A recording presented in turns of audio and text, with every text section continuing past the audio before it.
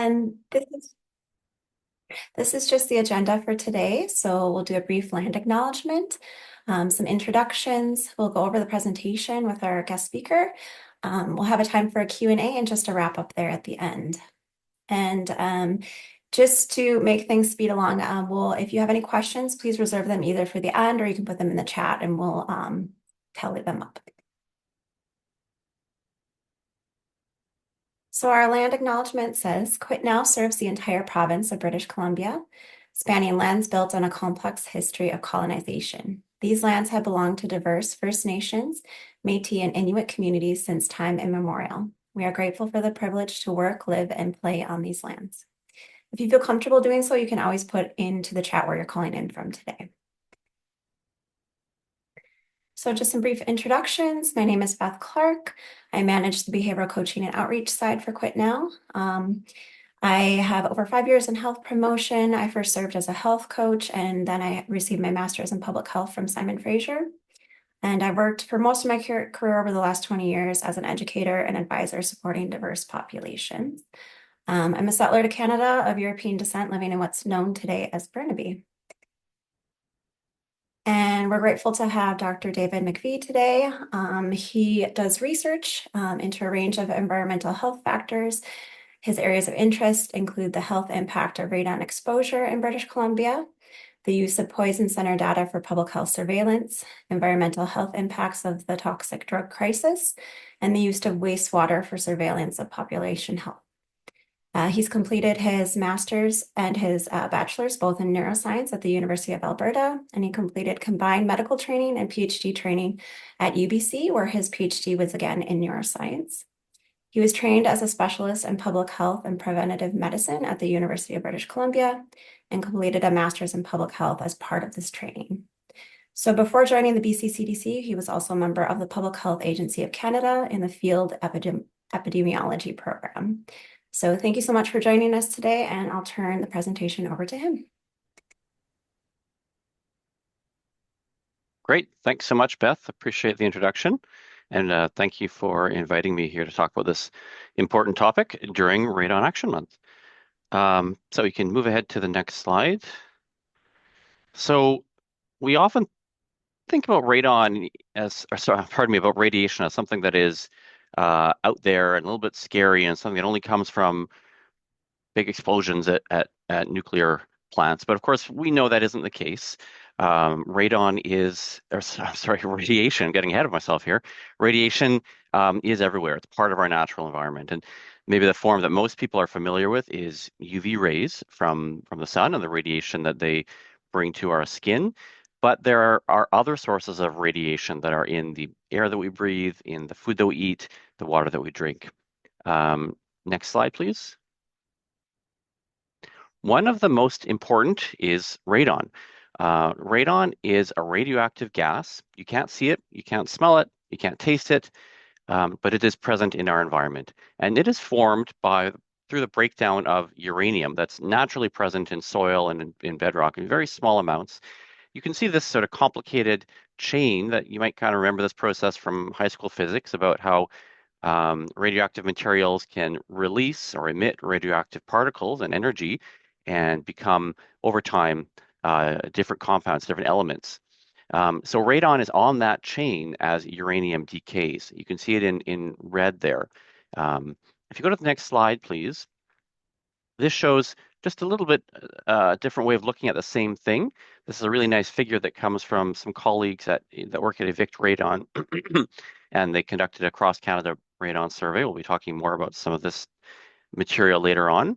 But they have a really nice figure that shows the same sort of thing, that process of uranium at the bottom changing into other compounds until it becomes radon in red. The key thing that they point out there is that radon is a gas. So on that entire chain of radioactive breakdown, it's the only one that's a gas, and it's the only one that can leave the soil, move somewhere else, and enter an environment where we are kind of in contact with it. So all those white elements at the bottom on that radioactive decay chain, those are solids.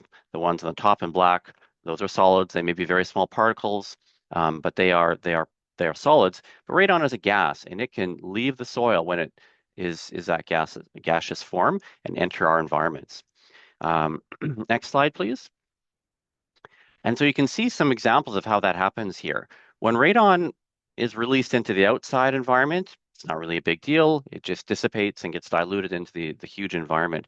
But when it enters our home, through all these different little portals that you can see here, it can concentrate into our home.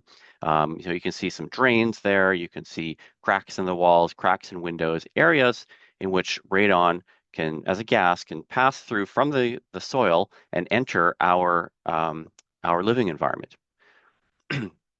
Next slide, please. And radon is very well established as a known human carcinogen. There are many studies that have shown this in different formats over different periods of time. It sort of began with, the evidence began with people who were exposed to high levels of radon, miners who worked underground in direct contact with some of those uranium-containing rocks. But over time, we've realized that this effect is clear even in people that aren't working in those sorts of environments, but living in homes that contain radon gas. And the IARC, the International Agency for Research on Cancer, which is sort of internationally recognized as the body that groups that jurisdictions, countries can kind of refer to for the best evidence about what is a carcinogen for humans, has recognized radon as a known human carcinogen for quite some time.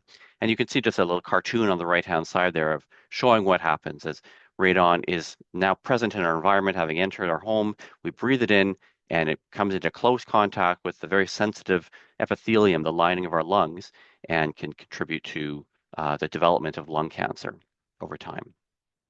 Next slide, please. And it shows a clear dose effect.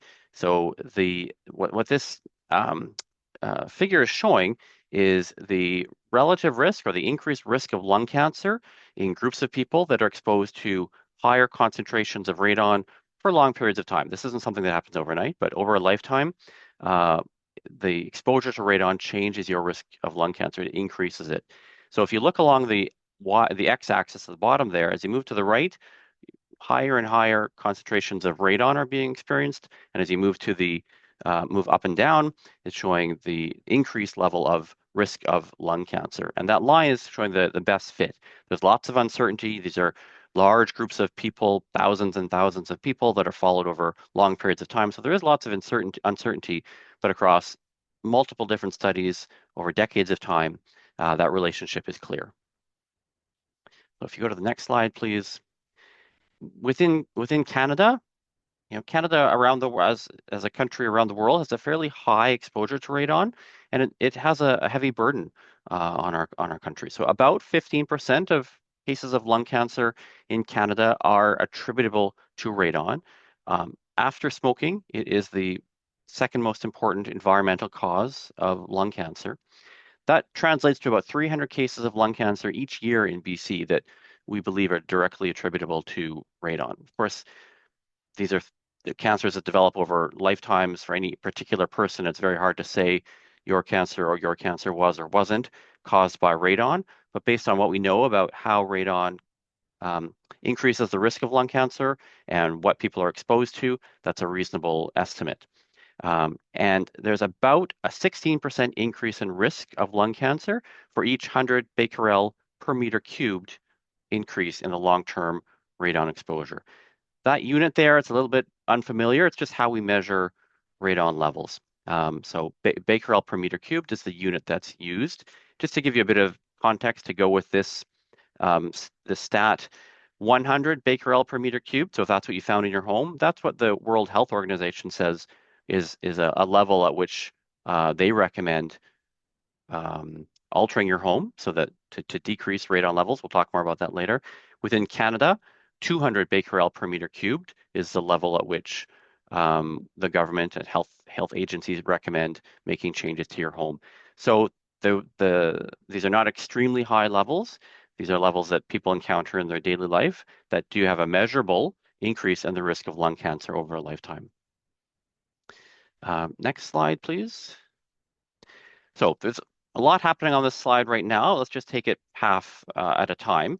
So if we look at the right-hand side, sorry, the left-hand side there, This is again data from that great group in Alberta, Evict Radon, and they did a survey of radon levels across Canada, and they compared it to radon levels um, around the world. And so as you move down that graph, you see different countries from around the world. Overall, Canada would rank third in exposure to radon compared to countries around the world. But there are differences within Canada. They've kind of broken out some of the subregions. So the top are the prairie provinces. They're really quite high. And then northern Canada, and then you kind of move down through Atlantic and Central. And actually Pacific Canada that includes BC is down lower to the bottom. It's that yellow bar with a black bar around it. So overall, levels of radon in BC are on the lower end compared to the world. But if you look on that map on the right-hand side, this is a map that is produced within BC CDC where I work. I'll talk a bit more about it later. And it shows levels of radon as they change across the province. And you can see there are, it's color coded so that red levels are higher. You can see there's a lot of variety across BC. And in fact, BC is one of the areas in Canada that has the widest range of radon levels. On the coast, on the Vancouver Island, levels are relatively low. In the interior of the province, in the north of the province, levels can be really quite high. At the aggregate level, you can look at it and say, yes, on a global scale, we're on the lower end, but that really glosses over the fact that within the province, there are areas that have really quite high levels of indoor radon. If you move to the next slide, please. Thanks. And there's a few reasons for that. So one is the underlying geology. I started off by saying that radon levels or radon comes from uranium in soil and in bedrock. And so in areas of the province where there's more uranium in the soil or in the bedrock, you're more likely to have higher radon in your home. And this map shows that. So the darker red colors are areas where there is likely to be higher radon because of uranium or uranium in the soil and in the bedrock. So that's part of it, of, of why there's these changes across the province. If you go to the next slide, please. Another reason is the style of home influences the level of radon. So in general, the higher your home, the higher up you are away from the soil, the lower your level of radon is. So in parts of the province where people live in apartment buildings, they're less likely to be exposed to radon. And there's other factors too. So you can see single detached home on the left-hand side there generally has higher levels of radon across Canada. So about 1 in 5 homes will have an elevated level of radon as compared to semi-detached or row styles. So the style of home is part of it. Next slide, please. Another factor is things within a particular home. So energy efficiency modifications are a great example of that. So on the left-hand side there, you can see how all sorts of little changes within a home might change how air flows within the home up into the bedroom, around the different rooms, and then ultimately out of the home. And that ventilation will change quite a bit, how much radon is pulled into the home and where it goes within the home. So things like skylights, things like air conditioners, gaps where pipes are, things like that have big impacts. And energy retrofitting, which generally tries to tighten up your home and leads to less ventilation, less exchange of air with the outside environment, can increase the level of radon because radon can enter and then find it harder to leave. So there's some examples there showing that on the right hand side, sorry, showing that if you do things like replace the windows or improve the ceiling and the insulation, you can see 33, 67, even 100% increases in the home's radon level. So those are a couple of the different factors. There's the geology, there's the style of home, there's what's happened within the home. Those all impact the level of radon that you see in different parts of the province. Next slide, please. Thankfully, it's quite easy to test your home for radon, and it's really important to do because, as I showed in that map of BC, you can't really tell based on an aggregate data, like a map of BC or a statistic for BC or a level for BC doesn't apply across the province. And even at smaller scales, if you have renovated your home, for instance, you may have quite high levels of radon compared to neighbors. So it's very important that everybody tests for radon. And there's great resources out there. Here's one, for example, from the BC Lung Foundation that go through different types of radon tests. Some of them are digital, some of them are just little black detectors that you place in your home and you store it for a few months and send it back. It's cheap and it's easy to do. And there's even library lending programs that will lend you a digital detector for a few months. So very easy to do and very important for everybody to do. Next slide, please. And it's important because we can get rid of radon if we know about it. So there are multiple different ways to address radon within your home. There are trained and certified professionals to do it. The most effective one is shown in that picture there on the left-hand side. And it shows basically a pipe that goes underneath your home, under the foundation, and has a fan on that pipe, and it just sucks radon up through the pipe and then exhausts it out so that instead of entering your home, it just goes directly to the outside environment. And if you look at that plot on the right-hand side there, this is from some Health Canada resources, it shows a home that had very high levels of radon, almost 10 times the recommended maximum level of the healthy level for radon. And it shows where that fan is turned on. And over a few days, that radon level drops down to a very, very low level. So these systems are effective. Next slide, please. And within BC CDC, I mentioned this earlier, we have a resource that supports people and gives information about, what to sort of expect in your home. Um, we collect radon data from across the province, tens of thousands of indoor radon measurements, and we update it annually with new radon data as it becomes available. Um, and data are available for research, for policy development, to raise awareness and education of radon across the province. But like I've said a few times, we don't recommend that people look at this and say, oh, I live on the island, I have nothing to worry about. You don't know until you test. This map is really just a way to raise general awareness and to support research and policy development. Next slide, please. Okay, so I've talked about the exposure to radon and how that can change. And it changes depending on the geology in your home and some of those factors. But even if you're for different people exposed to the same level of radon, the risk can be quite different. So we've talked about the indoor radon concentration. That's a picture on the left there of Vancouver. You can see some of the factors that influence radon. You've got different types of homes. You've got high rises. You've got newly renovated homes. So all those things are going to impact your radon level. But your radon risk, the most important factor really is your smoking status. Next slide, please. Now, this is one of those slides that has way too much detail on it. I don't anticipate or don't expect anybody to look at the details of this, but I just wanted to point out that the ultimate development of lung cancer is a process that many different factors can lead towards. So that red box on the far right that shows lung cancer has a number of different things that happen, ultimately leading you to that illness. And if you go to the next slide, please, you can see that some of these factors are led by or impacted by radon. At the top there, deposition of energy. So radioactive energy. Radon can contribute that. It can damage your DNA by bringing in energy. And at the bottom, activation of different carcinogenic genes. Tobacco smoke can do that. And then they interact together in the middle there. So the effects of radon and the effects of tobacco smoke when you're exposed together are greater than the effect that you would see from either of them alone. They interact and they have a kind of a multiplicative effect. So the risk when you're exposed to both is really, really quite high. And I think that is shown on the next slide. Yeah, thanks. So what this slide here is showing is on the bottom, it's showing the long-term average concentration in that unit we talked about, becquerel per meter cubed. On the y-axis, it's showing your cumulative lifetime risk of lung cancer. And then those lines are showing that relationship between that risk and your exposure to lung cancer.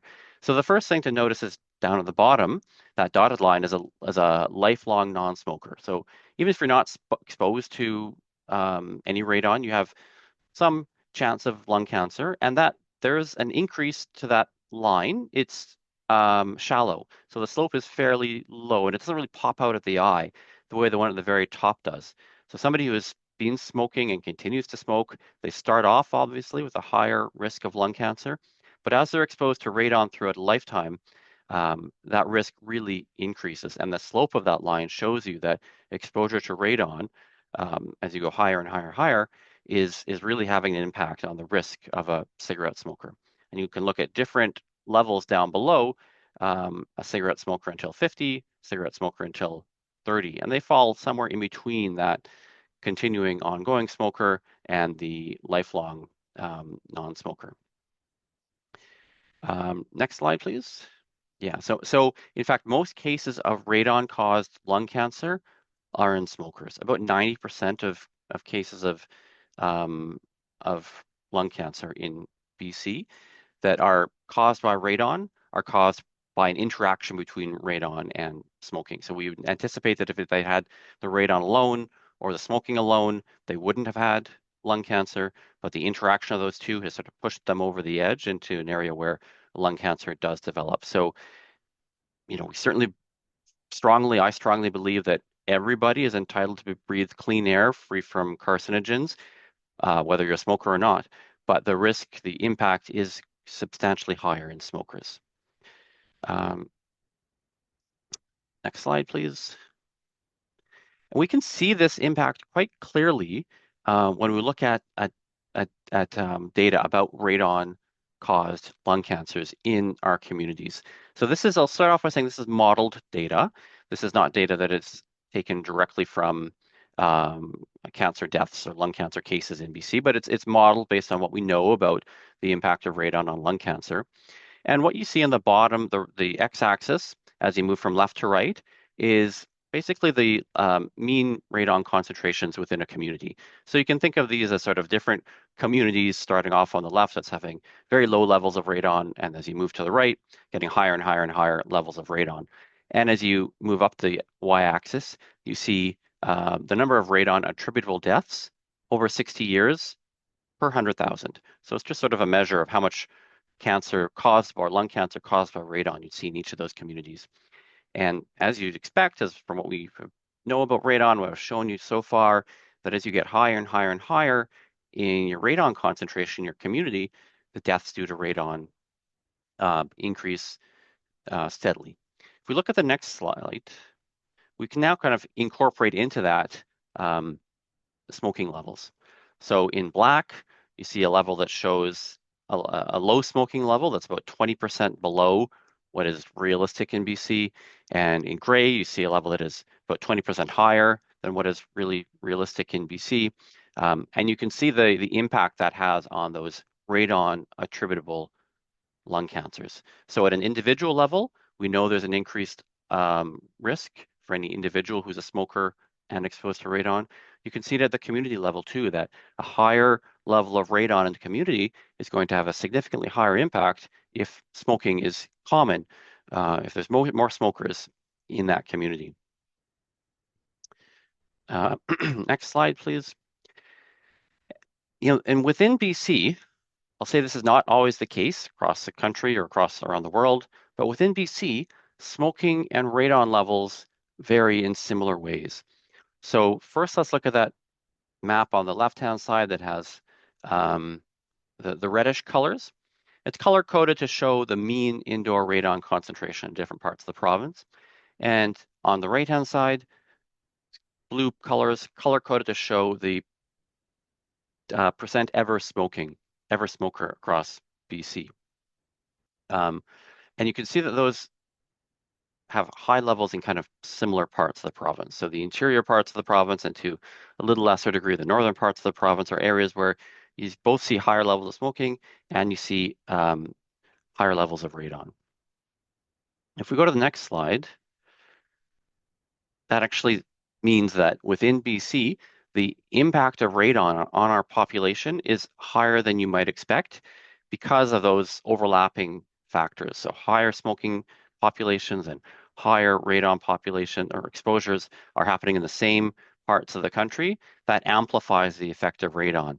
And so this color-coded graph is showing the annual increase in radon attributable lung cancer cases just because of the interaction because of smoking. So In the lowest smoking parts of the province on the coast, you actually see that it decreases somewhat the number of radon attributable cases, but that is overwhelmed by the higher number that you see in the interior, where you have that strong overlap of higher radon and higher smoking coming together. Okay, next slide, please. So what's kind of a one takeaway from this? If we decrease our exposure to radon, if we decrease our exposure to tobacco smoke, both of those are important in decreasing our risk of lung cancer. On the left-hand side there, it's kind of a busy slide, but or a busy graph. What it's showing is the increased risk of lung cancer depending on the age at which exposure ends for different levels of radon, broken apart for males and females. So on the x-axis on the bottom there, as you move from left to right, you're getting older and older and older ages at which somebody stops the radon exposure. And then on the y-axis is the increase in the risk. So the key message that I want you to kind of take away from this is that if you're exposed to high levels of radon, like you see up in the bar or the lines that show 400 becquerel per meter cubed near the top, or 200 becquerel per meter cubed below that, if you stop your exposure at 20 or even 30, or maybe ideally at 5 or 10 years of age, you stop you kind of halt your increased risk of exposure. You don't need to continue up that graph and keep increasing your risk over a lifetime. You can stop it at a lower level. So testing and remediating your home is really important, especially for people with children, for example, or younger people. You can decrease that increasing or stop that increasing risk. And then on the right-hand side, I'm just pulling back this figure again. We've seen it before. I just wanted to re-emphasize the importance or the difference in those lines, that you could see the stark differences between somebody who is currently smoking versus somebody who stopped at 50 versus somebody who stopped at 30. So for people who are able to stop smoking, they're able to stop that interaction or at least decrease the strength of that interaction between radon and smoking. Next slide, please. So this interaction between smoking and radon has actually led to some interesting discussions about radon and smoking policy and how these programs work together. And in fact, this is sort of an influential paper that came out a little over a decade now. And what it argued is that radon and smoking, because of their interaction around lung cancer, um, the landscape of radon control should be refocused and should be much more tightly integrated with smoking cessation and smoking programs. So some of the things it talked about were that smokers who are at higher risk, they may be unaware of this interaction between radon and smoking. Smokers may be less likely to be reached through education and through remediation programs to test or reduce your levels. But generally, there's limited data about what smokers know about radon, how they perceive it, whether they are interested or able to act on it. Generally, when we think about radon, we do surveys or studies about it. We just sort of do the entire population. We don't separately break out smokers or non-smokers, even though the impact is really quite different. Next slide, please. So some of the things we've done, in BC, in the map that we produce or that we maintain, when you click on any one of those regions, a pop-up comes up, and you can see that on the right-hand side, and it shows an infographic. Each home is kind of representing one home out of 100 and what the radon level there might be. And down at the bottom, the text is a little bit small, but for each of those radon levels, we show the lifetime risk of lung cancer. And then next to it on the right-hand side, we show the lifetime risk of lung cancer if you are a smoker. So we specifically highlight that much higher risk that the radon is posing at different bands of exposure. Next slide. There's some excellent resources to address radon in smokers. So here is one example, Take Action on Radon. They have some good information about the interaction between radon and smoking.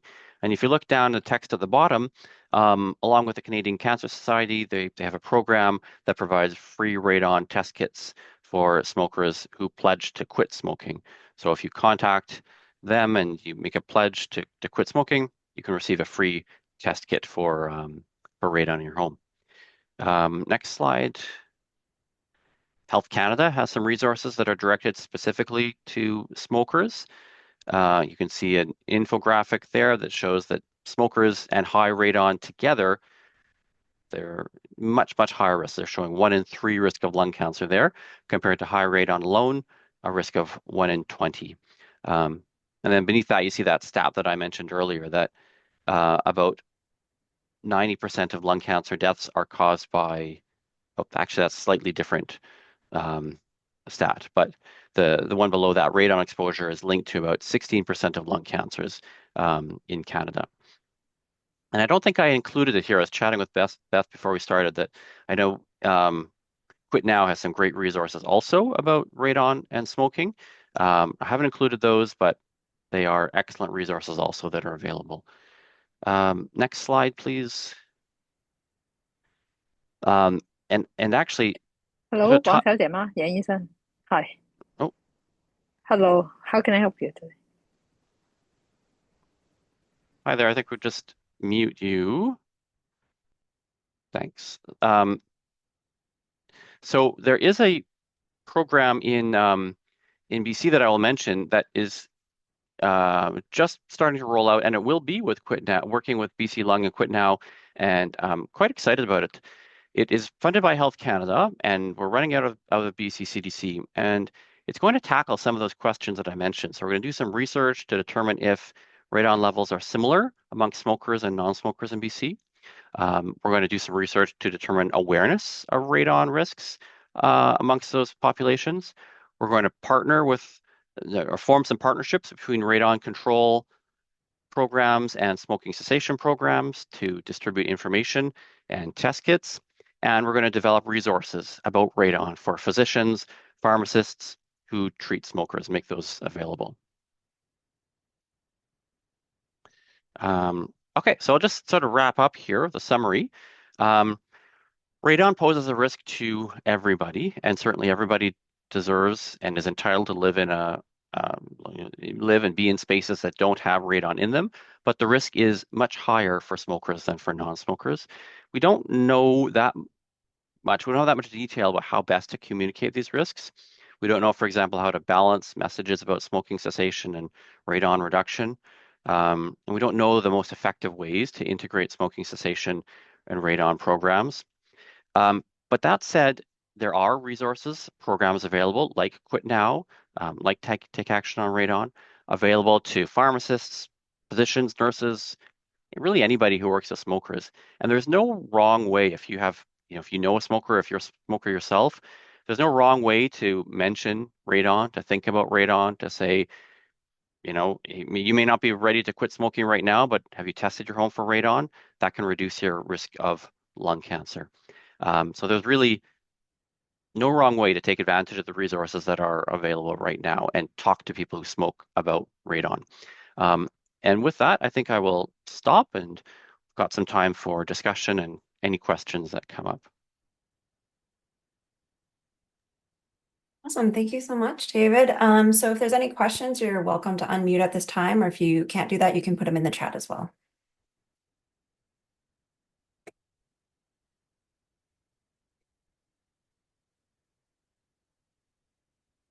I guess I had a couple questions. So I used to live in a house that we did tests, and it had, I guess, what would be considered low levels where I was at, but maybe high enough to the WHO.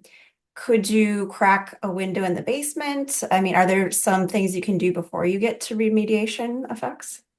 Yeah, there's a whole menu of things that you can do, and I described remediation, the installation of a fan and a pipe as the most effective one. It's not always easy to predict though. So there are certified radon professionals that I would that recommend speaking with, having them take a look at your home, and they can recommend things like sealing up pipes or gaps around pipes, caulking, sealing cracks in foundations, and doing some tests around increasing ventilation. But it's not always obvious that if you open a window, it will necessarily decrease your radon level. That said, radon levels are usually a little bit lower in the summer than in the winter. That has to do with ventilation and windows being open and so on. So, the short answer is can't say for sure, but there are lots of options to reduce your radon level beyond a full remediation. Yeah, that's helpful to know because I know sometimes the remediation can be quite expensive. So if there's a variety of options, that's helpful too. Yes, it varies a lot depending on which part of the province you're in, but $3,000 to $5,000 is sort of the ballpark that you're looking at probably. Mhm.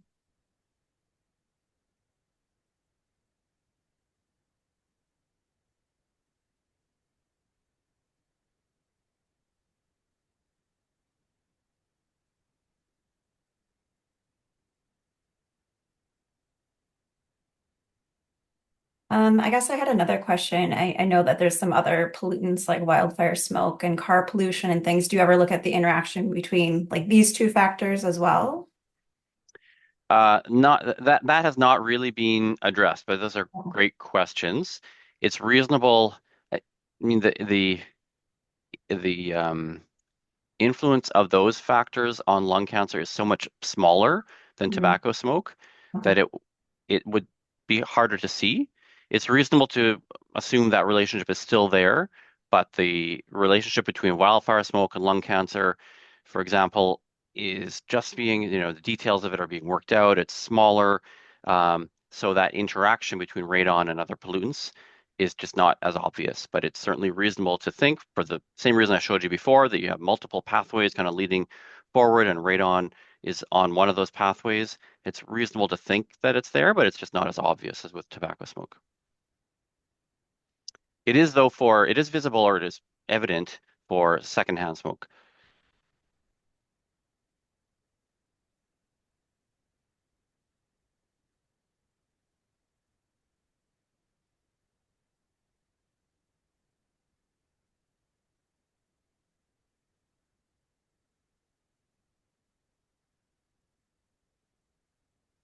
I think that Lydia is on the chat today, and I don't, maybe you could answer too, David, but I know that there could be some grants available for folks that might need extra help with getting remediation. Do you know anything about that?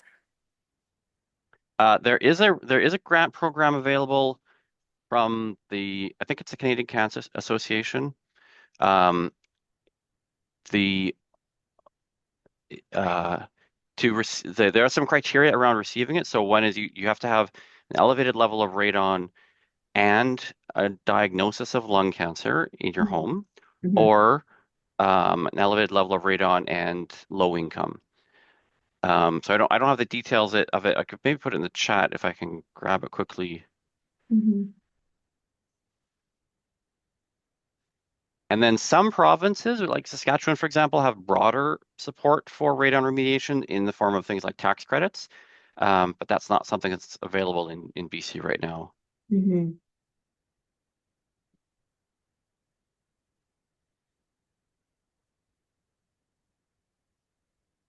It's a lung association, sorry, not the Oh, Cancer okay. Association. I'll Sure. just pop in the chat here. No problem, Lydia. Um, yeah, and for those that might not have seen, I did well, Janet put in the chat our new Radon webpage for QuitNow. So there's a link to that. And it hasn't been mentioned yet, but there is a radon workshop tomorrow with BC Lung. And David said that there are some folks from BC CDC that are going to join in that. So there's a link if you want to join that workshop tomorrow morning. Um, but yeah, we just want to thank you so much for coming and sharing with us today. We really appreciate it. And if there's any questions at any time, feel free to email us and we'll be happy to answer those. So hope you have a great day, everyone. Thank you for attending. Great, thank you.